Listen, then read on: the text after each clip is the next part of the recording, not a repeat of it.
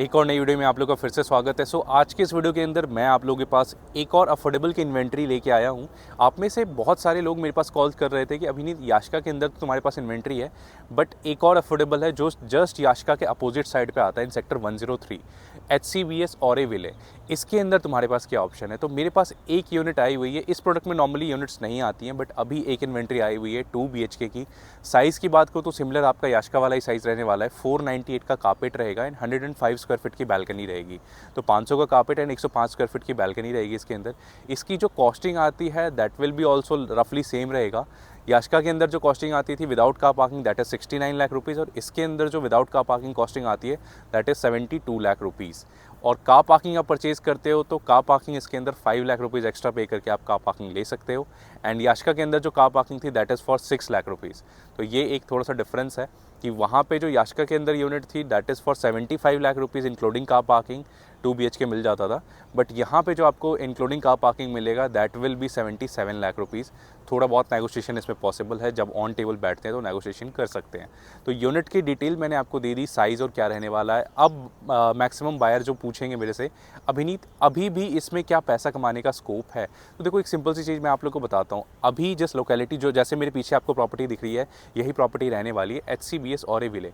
अभी जो प्राइस इस लोकेशन का चल रहा है वो अभी भी इस मार्केट के हिसाब से कम है, क्योंकि जिस तरीके की डेवलपमेंट जिस तरीके का इंफ्रा यहाँ पे प्लान्ड है ना इस लोकेलिटी में, वो आप इमेजिन नहीं कर सकते। एज अ बायर आप इमेजिन नहीं कर सकते। बट आप अगर उनमें से हो जो किसी भी मार्केट के मतलब डॉक्यूमेंट्स चेक करते हो, लेट्स सपोज गुड़गांव का मास्टर प्लान कह लो या लोकल इंफ्रास देखते हो, उसको देख के अगर जज कर सकते हो तो आप समझ जाओगे। बट एक आप नॉर्मल कॉमन ह्यूमन बीइंग हो तो आपको जज करना थोड़ा मुश्किल होगा, क्योंकि किसी भी लोकेशन पे जब इंफ्रा एक बार बनना स्टार्ट होता है ना, जैसे लेट सपोज द्वारका एक्सप्रेसवे की बात करूँ तो पिछले 5 से 7 सालों से यहाँ पे काम होना स्टार्ट हुआ था।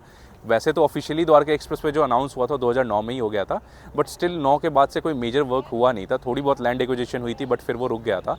बट मेजर जो काम हुआ है पिछले 5 से 7 साल में हुआ है। तो जैसे ही 5 से 7 साल में थोड़ा सा मूवमेंट यहाँ पे दिखा था ना, बड़े जितने भी इन्वेस्टर्स हैं, बड़े investors as I am saying कि 10 से 15-20 करोड़ वाले, उन्होंने पहले ही अपना पैसा इस लोकेशन पर डाल दिया था। और कुछ जो छोटे इन्वेस्टर्स हैं, जो स्मार्ट इन्वेस्टर्स हैं, जिनको पता है कि अगली मूवमेंट यहीं पे होने वाली है, क्योंकि ये कनेक्टिविटी का रोल है।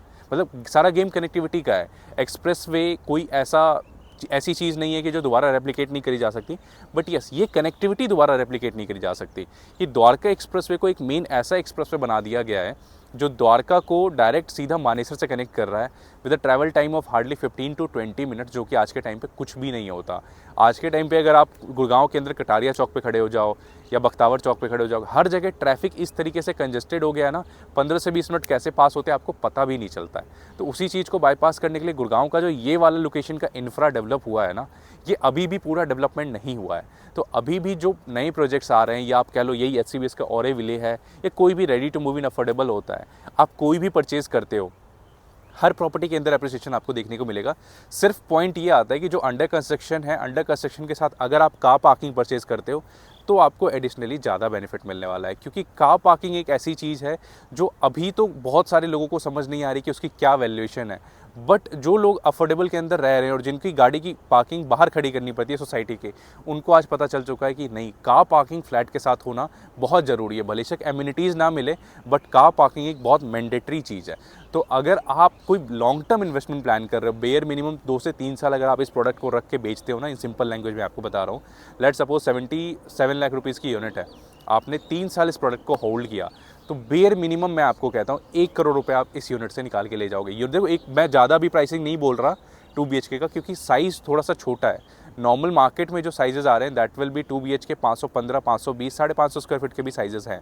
बट यहाँ पे 498 स्क्वायर फीट का कारपेट है एंड 105 स्क्वायर फीट की बैल्कनी है। लेआउट अच्छा है, देखो साइज़ छोटा है बट लेआउट अच्छा है। अब कई लोग कमेंट करेंगे कि अभिनीत इसका तो ये तो गज में तो बहुत कम निकलता है, बट यहाँ पे देखो हाई राइज जो भी प्रॉपर्टी होती है ना, उसकी कैलकुलेशन हम गज में नहीं कर सकते, क्योंकि जो गज वाली चीज़ें होती हैं वो अप्लाई होती हैं आपके बिल्डर फ्लोर्स में। बट हाई राइज में वो कम स्पेस में भी ना बहुत अच्छा लेआउट निकालते हैं, क्योंकि उनके पास फ्री फ्लो का स्ट्रक्चर फ्री फ्लो होता है। उनके पास ऐसा नहीं है कि एक 20 बाय 10 का प्लॉट साइज़ है उसी में उनको काटना है। तो फ्री फ्लो की वजह से इनका लेआउट काफ़ी अच्छा निकल के आता है। तो आप में से अगर कोई प्लान कर रहा हो द्वारका एक्सप्रेसवे के ऊपर एक ऐसी प्रॉपर्टी जिसमें आप आज कुछ पैसा डाल के 2 से 3 साल में आप रीसेल करो और एक खासा इनकम जनरेट आप कर लो उससे। मतलब बहुत अच्छा खासा नहीं, देखो मैं ये वाली कमिटमेंट नहीं करूँगा कि आप 77 लाख रुपये आज डालो और 3 साल में 1.5 करोड़ मिल जाएंगे, वो पॉसिबल नहीं है। अगर वो पॉसिबल होता तो बिल्डर सेल ही नहीं करता। तो यहाँ का सिंपल सी चीज़ है कि अगर आप आज इसमें लेट्स सपोज 72 लाख रुपीज़ या विदाउट पार्किंग और या 77 लाख रुपीज़ विद पार्किंग डालते हो, तो 3 साल का मिनिमम टाइम पीरियड मैं बोल रहा हूँ आपको, 3 साल के अंदर आप यहाँ से 1 करोड़ रुपए बेयर मिनिमम लेके जा सकते हो। और मार्केट अगर और अच्छी हो गई तो जो 1 करोड़ की मैं बात कर रहा हूँ वो आपका 1.25 करोड़ हो जाएगा, 1 करोड़ 40 लाख भी हो सकता है। बट 1 करोड़ से नीचे आपका 3 साल के अंदर 1 करोड़ से नीचे इसका वैल्यूएशन नहीं होने वाला। तो अगर आप में से कोई ऐसी प्रॉपर्टी प्लान कर रहे हैं, कॉल कर सकते हैं, स्क्रीन पर मेरा नंबर है।